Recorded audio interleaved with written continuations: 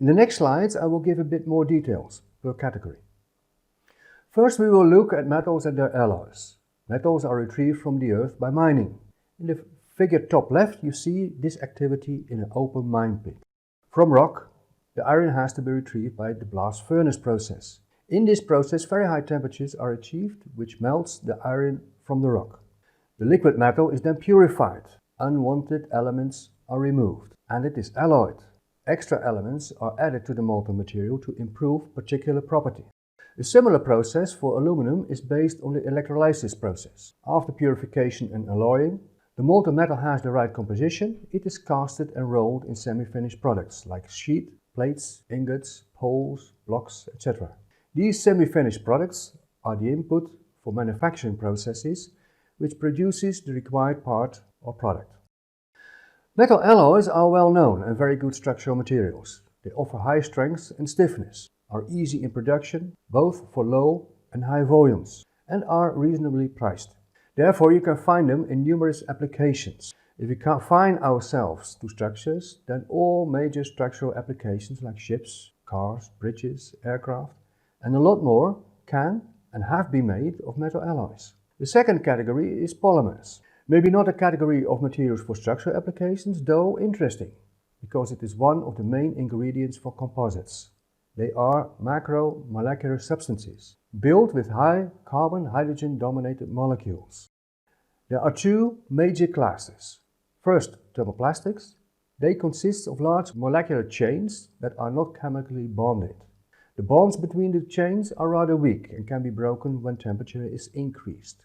This process is reversible. Second, thermosets are the other major polymer group, consisting of large molecular networks created by two or more chemical substances, monomers. Once cured and solidified, the network cannot be dissolved. Applications of polymers are abundant too. Look at the figures at the right-hand side of this slide and probably you can think of many more examples. One type of polymer, not mentioned yet, is the elastomer. On microstructural level, somewhat in between the thermoset and the thermoplastic polymers. Elastomers or rubbers are well known from car tires.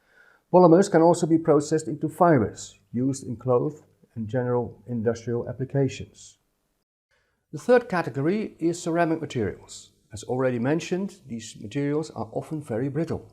They have a very limited ductility and, just like this dry riverbed, crack quite easily.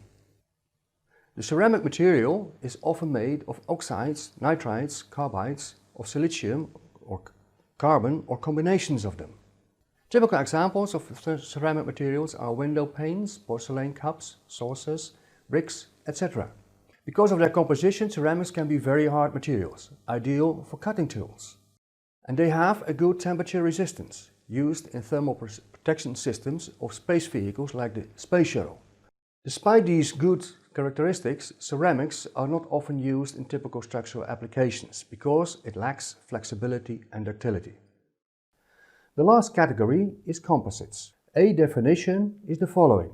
Composites are engineering materials in which two or more distinct, structurally complementary substances, different physical or chemical properties, are combined to produce structural or functional properties not present in any individual component.